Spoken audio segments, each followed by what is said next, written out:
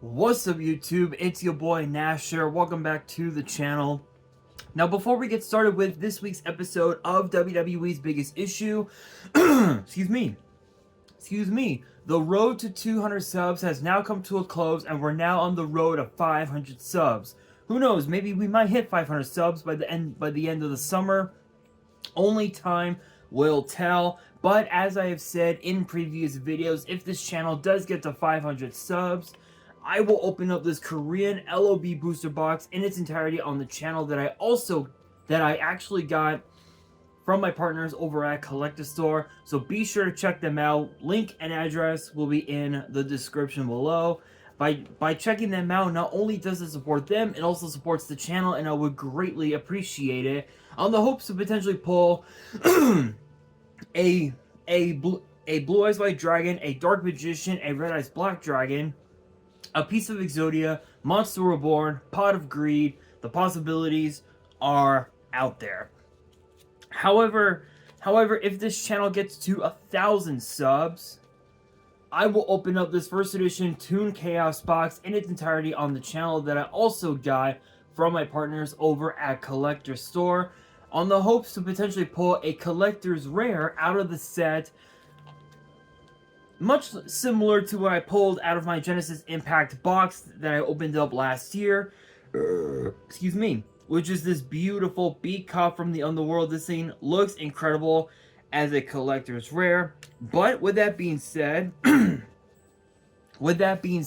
you guys want to see these boxes get opened, maybe you guys want more episodes of WWE's Biggest Issue. Maybe you guys want more episodes of Yu-Gi-Oh's Biggest Issue.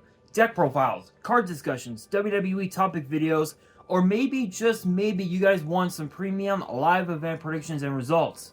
Well, if you guys want all of that and more, my channel is the place to be.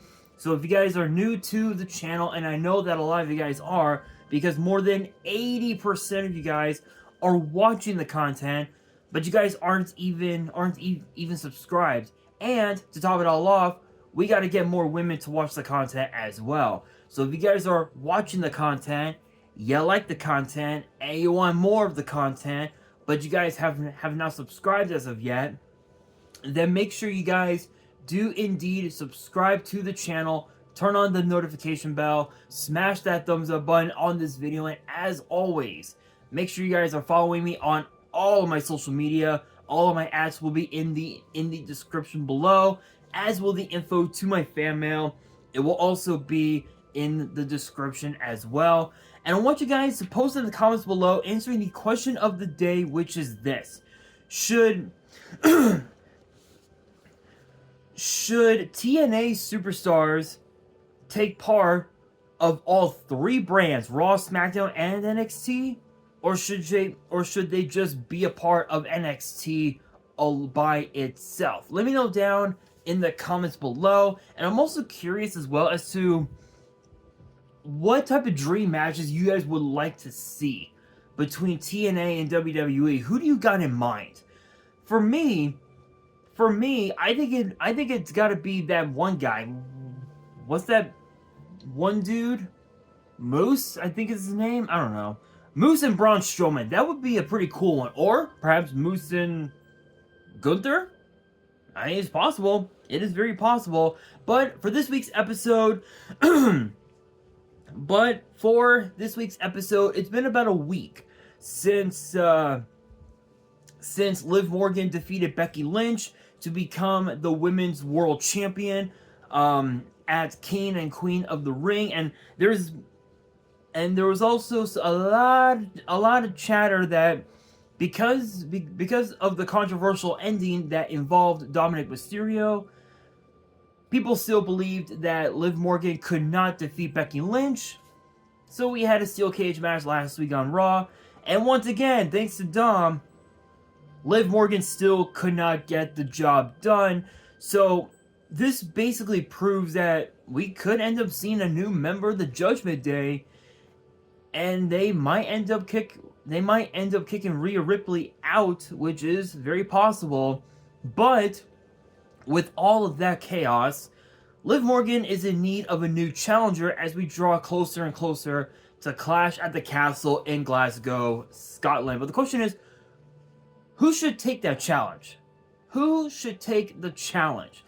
Well, there's quite a few talent on Raw that could definitely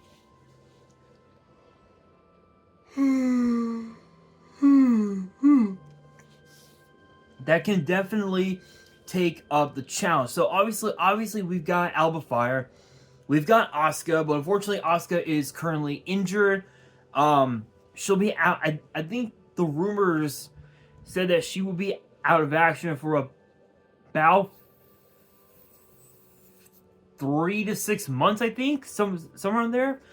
There's also Becky Lynch. However, her contract with WWE has expired. But as I mentioned over the weekend, there's been a lot of chatter going around saying that Becky Lynch has signed a brand new deal with WWE, but isn't gonna use it to its full extent until after her hiatus is complete. So we don't know if those rumors are true.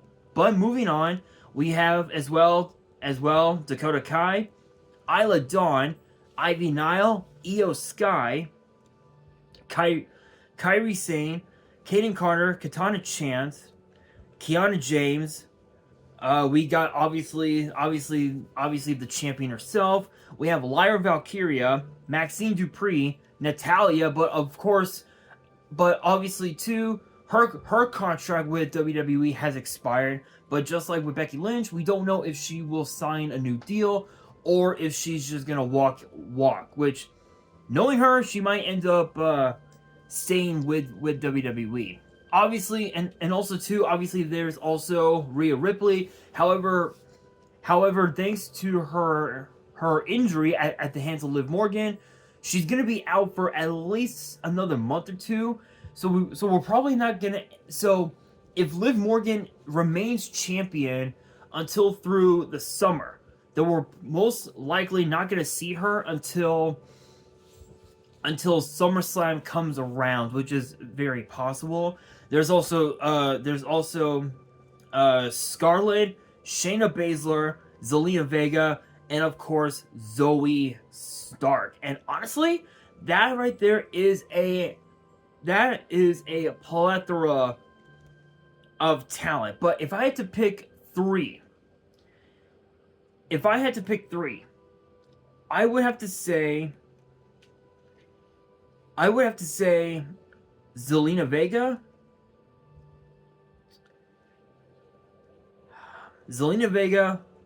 Lyra Valkyria, and I would say Alba Fire. Zelina Vega, because when you look at her match with Rhea Ripley last year at Backlash in San Juan, Puerto Rico, you have to think about the fact that the rivalry between both Vega and Rhea goes back it goes back quite a bit to when both Zelina Vega and Carmella became women's tag team champions by defeating Rhea Ripley and her then tag team partner Nikki Cross, originally Nikki ASH. We all know, bad idea, bad creative. We all know the bullshit, and the rivalry just exploded. It literally exploded when Zelina Vega became a part of the LWO alongside Rey Mysterio, and Zelina Vega earned an opportunity to challenge Rhea for what was then known as the SmackDown Women's Championship, now obviously the Women's World Title. And even though Vega had an incredible performance against Rhea, it wasn't enough. And a lot of fans are speculating that maybe she deserves another opportunity at at the women's world title, and the fact that she hasn't earned it as of yet, it's still mind-boggling if you really think about it. Plus, people seem to forget that aside from her becoming a former women's tag team champion, people seem to forget that when she was in TNA, she became TNA Knockouts tag team champion alongside, I believe, Sarita. I think her name there was Rosita, and her tag team partner was Sarita. I believe. I believe it's been a while, but yeah, and I think the experience that she gains, the knowledge she gains from being with Ray all this time, over the course of the last year, literally year and a half, proves that she's ready. I believe that she could very may well be ready to take that next step. But obviously, knowing Liv Morgan, she'll probably just wait until Rhea Ripley shows up. But who knows? Only time will tell. But as far as Lyra Valkyria goes, think about this. Her performance in the finals of the Queen of the Ring tournament, and even just in throughout the whole tournament in general, defeating Dakota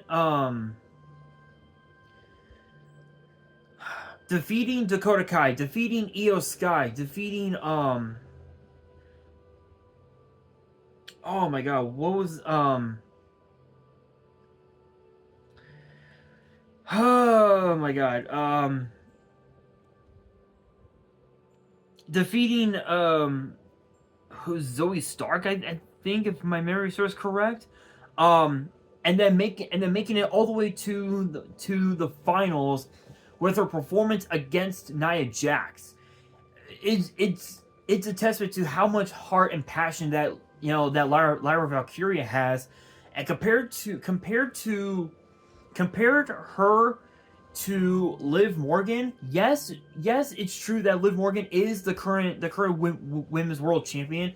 Yes, she may be a former SmackDown women's champion and a former 3-time women's tag team champion and a former Money in the Bank winner.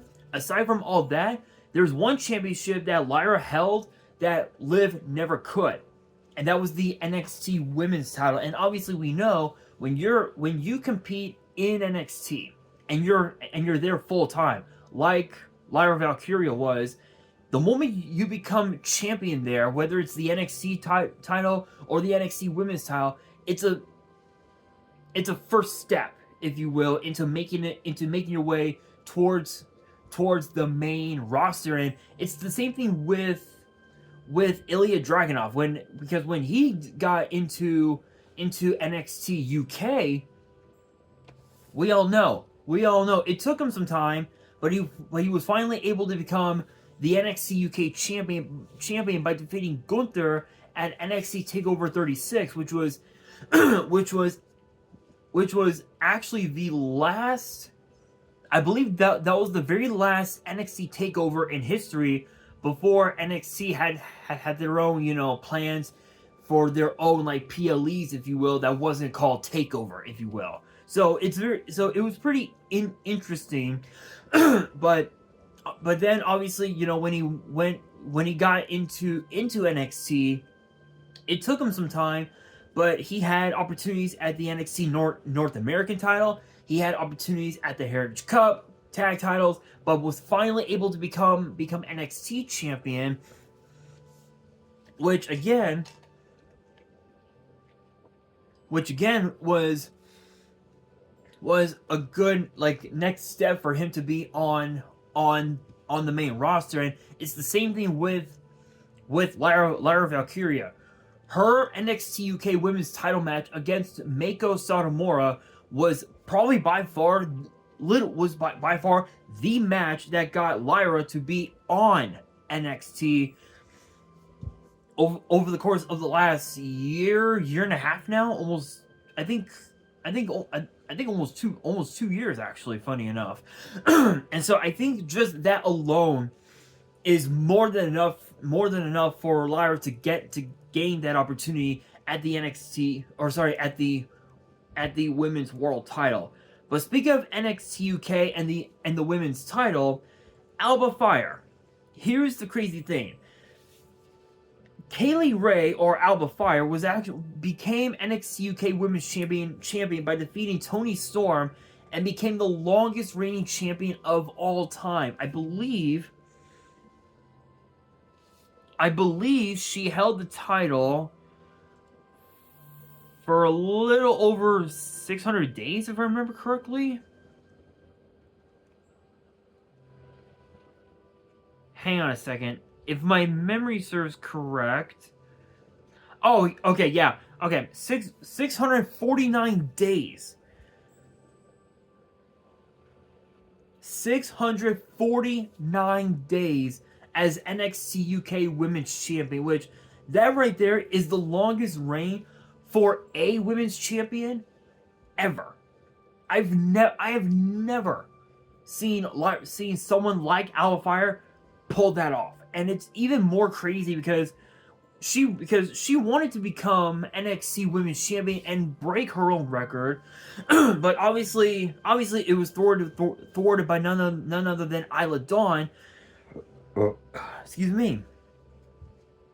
And funny enough, they ended up becoming a formidable tag team, winning the NXT Women's Tag Team titles at Stand and Deliver, I think, last year? Yeah, I think... Wait, was it last year?